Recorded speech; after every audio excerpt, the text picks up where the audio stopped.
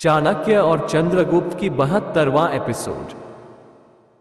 तक्षशिला में आचार्य गजानन, पब्बत और वीरसेन ये सोचकर खुश हो रहे थे कि आचार्य चाणक्य और चंद्रगुप्त अब कभी दोबारा तक्षशिला लौटकर नहीं आएंगे। पर वो तीनों इस बात से अनजान थे कि कुलपति महोदय भी वहां आ चुके हैं।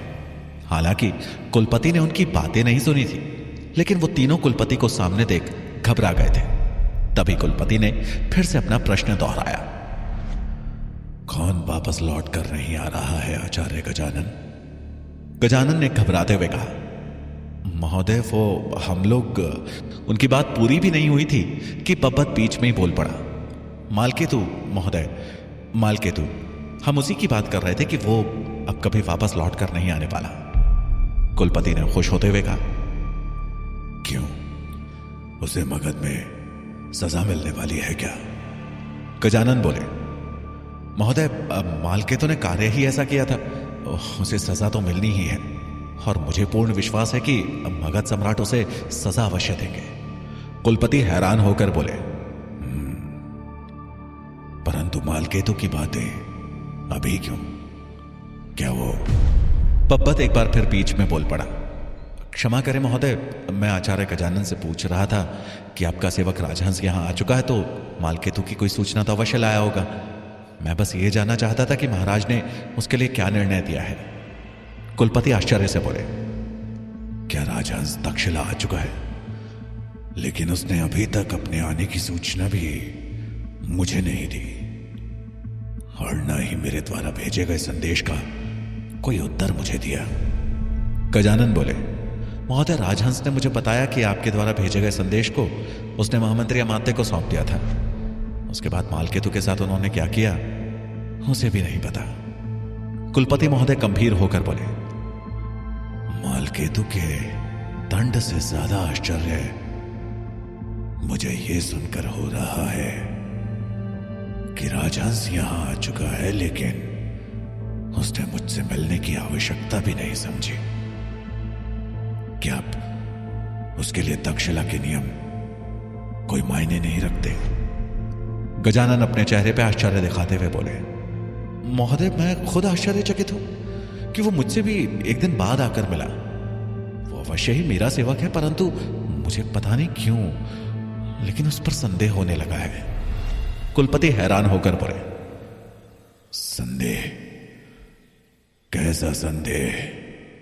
गजानन बोले, मुझे लगता है कि मालकेतु को भगाने में कहीं ना कहीं राजहंस का ही हाथ है, परंतु इस बात का मेरे पास कोई भी प्रमाण नहीं है, इसलिए मैं ये बात किसी को बताना नहीं चाह रहा था।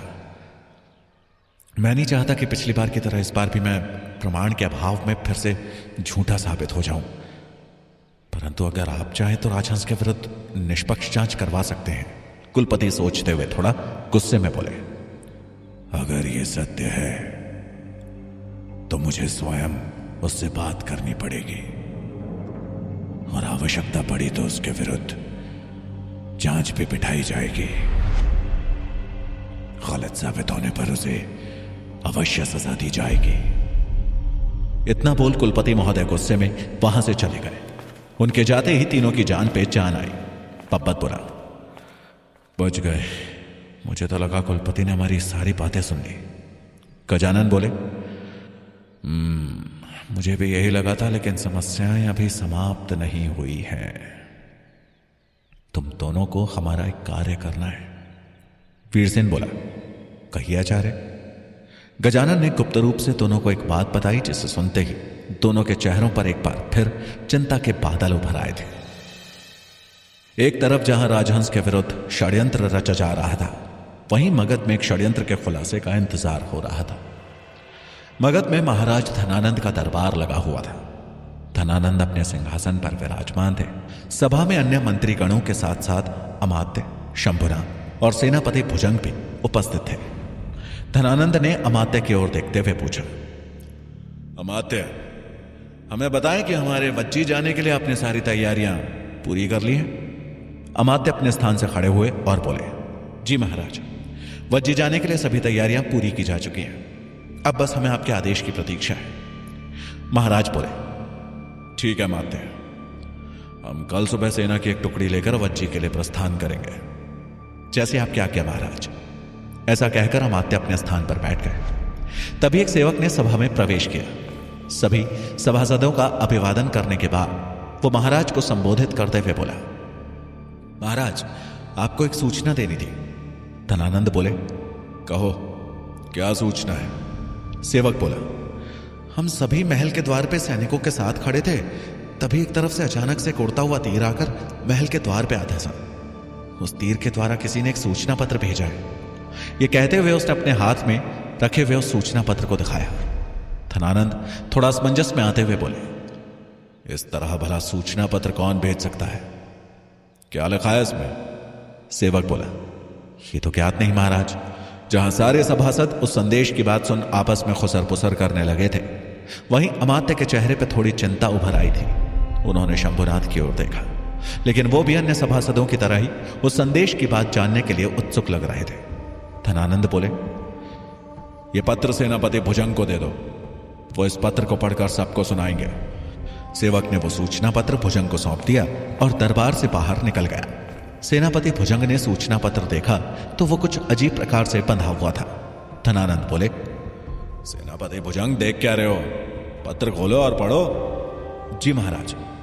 सेनापति भुजंग ने पत्र खोला तो उस पत्र को देख उनके होश उड़ गए। घबराहट के कारण उनके हाथ कांपने लगे। अमात्य ने देखा तो उन्होंने भुजंग के भाई को भांप लिया। अमात्य ने मन में विचार किया, भुजंग के हाथ कांप क्यों रहे हैं और उसके चेहरे पर मुझे चिंता के भाव क्यों नजर आ रहे हैं? आखिर ऐसा क्या है उस पत्र में? तभी धनानंद बोले, क्या हुआ भुजंग, पत्र पढ़ो। भुजंग बोले, जी महाराज। भुजंग ने हाँ तो कह दिया था, लेकिन पत्र पढ़ते हुए उनके होंठ कांप रहे थे। उनके चेहरे की घबराहट देख अमात्य भी चिंतित थे, लेकिन कुछ ही पल में भुजंग ने अपने भय को काबू में करते हुए वो पत्र पढ़ा। महाराज, आपको सूचित किया जाता है कि वज्जी में विद्रोह भड़काने वाले विद्रोही को पकड़ लिया गया है और विद्रोह को हमने शांत कर दिया है। अब आप चाहें तो अपने वज्जी आने के निर्णय को बदल भी सकते हैं। सूचना पत्र को पढ़ने के बाद भुजंग ने पत्र को फिर से बांधकर अपने पास रख लिया। पत्र में लिखी सूचना को सुनने के बाद धनानंद बोले, संदेश तो बहुत सुंदर है, किंतु हमें यह समझ में नहीं आया कि इस तरह से यह संदेश क्यों भेजा गया है। भुजंग बोले, यह पत्र हमारे गुप्तचरों द्वारा भेजा गया है महाराज। इसकी गोपनीयता को बरकरार रखने के लिए ही इसे इस तरह भेजा गया है, ताकि यह पत्र गलत हाथों में ना पड़े। धनानंद बोले, उत्तम। भुजंग, हम तुम्हारे गुप्तचरों के साथ साथ तुम्हारे कार्य से भी बहुत प्रसन्न हैं। महाराज की बात सुन अन्य सभासद भी भुजंग की प्रशंसा करने लगे। धन्यवाद महाराज। यह कहकर भुजंग ने अमात्य की ओर देखा, जो गौर से उसे देख रहे थे, जैसे वो जानते हों कि उस पत्र में कुछ तो ऐसी बात है जिसे भुजंग ने छिपा लिया था। दरबार समाप्ति के पश्चात अमात्य अपने कक्ष में लौट आए थे। वो क्रोध में अपने कक्ष में टहल रहे थे और साथ ही कुछ सोचते हुए बड़बड़ा रहे थे, मेरे लोग मुझे ही क्यों जीवित खा जाने पर तुले? पता नहीं वज्जी की बात पर किन किन को संदेह हो गया होगा। एक संभालना चाहता हूं, तब तक दूसरा हाथ से निकलता दिखता है। क्या करूं मैं अब? तभी सेनापति भुजंग ने उनके कक्ष में प्रवेश किया। उन्हें देखते ही अमात्य गुस्से में बोले, क्या मैं जान सकता हूं कि तुमने भरे दरबार में वज्जी के विद्रोह की बातें क्यों की? भुजंग ने उनके प्रश्नों का जवाब दिए बिना ही कहा, महामंत्री जी, क्या आपको ज्ञात है कि उस पत्र में क्या था? अमात्य ने नामे सर हिलाते हुए कहा, इतना बुरा तो नहीं हो सकता कि तुम्हें खुद के पैरों पर ही कुल्हाड़ी मारनी पड़े। वज्जी विद्रोह का नाम नहीं लेना चाहिए था तुम्हें। भुजंग ने बिना उनकी बातों पर ध्यान दिए वो पत्र उनकी तरफ बढ़ा दिया। अमात्य ने जैसे ही पत्र खोला तो वो सहम से गए। घबराहट में उनके हाथ से पत्र छूट गया, लेकिन भुजंग ने उस पत्र को पकड़ लिया और वापस देते हुए बोले, यही सत्य है अमात्य, जिसे छुपाने के लिए मुझे वज्जी का नाम लेना पड़ा। उस पत्र के ठीक ऊपर किसी की एक कटी हुई उंगली बंधी थी। उससे एक दो बूंद रक्त टपक कर पत्र पर अपने लाल चिन्ह छोड़ चुका था। अमात्य ने बहुत लोगों के विरुद्ध षड्यंत्र किए थे, अपने सामने लोगों को मरता भी देखा था, लेकिन वो उनकी इच्छा से होता रहा। परंतु आज अपनी इच्छा के विपरीत एक जीवित व्यक्ति की कटी उंगली देखकर उनका अंतर मन हिल गया था। वो उस पत्र को पढ़ने लगे। उस पत्र में लिखा था, ये उंगली और रक्त माल केतु का है। ध्यान से देख ले अमात्य, अपने सेवक के ये चिन्ह। ये लाल चिन्ह आपके लिए खतरे की घंटी है। आज दरबार में सिर्फ उंगली भेजी है, कल माल केतु स्वयं महाराज के सामने उपस्थित होकर आपके द्वारा रचे गए सारे षड्यंत्रों का बखान करेगा। यदि आप अपनी सुरक्षा चाहते हैं तो मेरी बात मान लें और रक्षा मंत्री शक्टार को रिहा करवा दें। यदि आप मेरी बात मानने के लिए तैयार हैं तो आज दिन के तीसरे प्रहर में राजमहल के पिछले भाग में स्थित गुंबद पर लाल पताका की जगह सफेद पताका फहरा दें। उसके बाद क्या करना है वो मैं आपको अगले पत्र में बता दूंगा। पत्र पढ़ते ही अमात्य ने क्रोध में आकर उसे फाड़ कर फेंक दिया। भुजंग उन्हें समझाते हुए बोले, महामंत्री जी, पत्र फाड़ने से कुछ नहीं होगा। हमें इस समस्या का जल्द से जल्द कोई हल ढूंढना होगा। अमात्य परेशान होते हुए बोले, मुझे समझ में नहीं आ रहा है कि ऐसा कौन कर रहा है। क्या मंत्री शंभुनाथ की इतनी हिम्मत हो गई है कि वो मुझे खुली धमकी दे, वो भी एक अमात्य को? या फिर इन सब के पीछे किसी और का हाथ है? भुजंग बोले, महामंत्री जी, उनका सत्य तो आपके गुप्तचर ही बता सकते हैं, परंतु आपको जल्दी ही कुछ करना होगा, अन्यथा बात बहुत आगे निकल जाएगी। अमात्य बोले, तुम सत्य कह रहे हो, मुझे थोड़ा और समय दो। और हां, आज जो तुमने किया है उसके लिए तुम शाबाशी के पात्र हो। भुजंग अपनी तारीफ सुनकर भी खुश नहीं थे। वो सिर्फ मुस्कुरा दिया और चुपचाप वहां से प्रस्थान कर गए। इधर तक्षशिला में गजानन से मिलने के बाद से ही राजहंस सूरजमल से मिलने का मौका ढूंढ रहा था। वो अपने कक्ष में बैठा था। उसने अपने मन में विचार किया, इस समय सभी शिक्षक और छात्र अपनी अपनी कक्षा में होंगे, यही समय है सूरजमल से मिलने का। यह सोच वो अपने कक्ष से बाहर निकल सूरजमल के आश्रम की ओर बढ़ चला। वो तक्षशिला के गलियारों से छिपते छिपाते आगे बढ़ रहा था कि तभी उसे अचानक से आभास हुआ कि कोई उसका पीछा कर रहा है। उसने तुरंत ही पीछे मुड़कर देखा, लेकिन वहां कोई भी नहीं था। वो फिर से आगे बढ़ने लगा। उसे फिर से आभास हुआ और उसने फिर से पीछे मुड़कर देखा, लेकिन वहां पीछे कोई नहीं था। वो दोबारा आगे बढ़ा। अभी कुछ दूर वो आगे बढ़ा ही था कि किसी ने फुर्ती से उसका हाथ पकड़ उसे एक दीवार के पीछे खींच लिया। राजहंस ने देखा तो वो सूरजमल था। वो हैरानी से बोला, सूरजमल, मैं तुम्हारे पास ही आ रहा था, लेकिन तुम यहां छिपे क्यों और मुझे इस प्रकार खींचने की वजह? सूरजमल बोला, मेरे साथ आओ। राजहंस सूरजमल के पीछे पीछे कुछ दूर गया। वो रास्ता वापस राजहंस को उसी रास्ते पर ले आया जिस पर वो सूरजमल के आश्रम की तरफ आगे बढ़ रहा था। एक तरफ छिपकर सूरजमल ने इशारा करते हुए कहा, सामने देखो। राजहंस ने देखा तो उसके सामने पब्बत और वीरसेन थे, जो छुपते छिपाते आगे बढ़ रहे थे और अचानक सामने राजहंस को न पाकर परेशान हो चुके थे। राजहंस उन दोनों को अपना पीछा करते देख हैरान था। वो बोला, ये दोनों यहां? सूरजमल बोला, अब समझ आया, तुम्हारा पीछा किया जा रहा है। इसका अर्थ है कि आचार्य गजानन को तुम्हारी गतिविधियों पर संदेह हो चुका है। अब तुम्हें संभल कर चलना होगा। राजहंस ने सहमति में अपना सर हिलाया। राजहंस को वहां ना पाकर पब्बत और वीरसेन वहां से वापस चले गए। उनके जाते ही सूरजमल और राजहंस भी चुपचाप सूरजमल के आश्रम की तरफ बढ़ गए। इधर ज्वाला के आश्रम में सुकन्या अपनी जीत पर बहुत प्रसन्न थी। आज उसके मन को शांति मिली थी। वो आश्रम के बाहर एक खुले जगह में बैठी थी और आसमान में तारों को गिनने का प्रयास कर रही थी। तारों को उंगली से मिलाकर उन्हें एक आकार देने की कोशिश कर रही थी। उसे याद आ रहा था कि कैसे उसे चंद्रगुप्त के साथ खुले आसमान के नीचे बैठना कितना अच्छा लगता था। चंद्रगुप्त उसे तारों को अपनी उंगली से मिलाकर बताता था कि तारों का वो समूह मिलकर हिरण बना रहा है, दूसरा वाला शेर बना रहा है।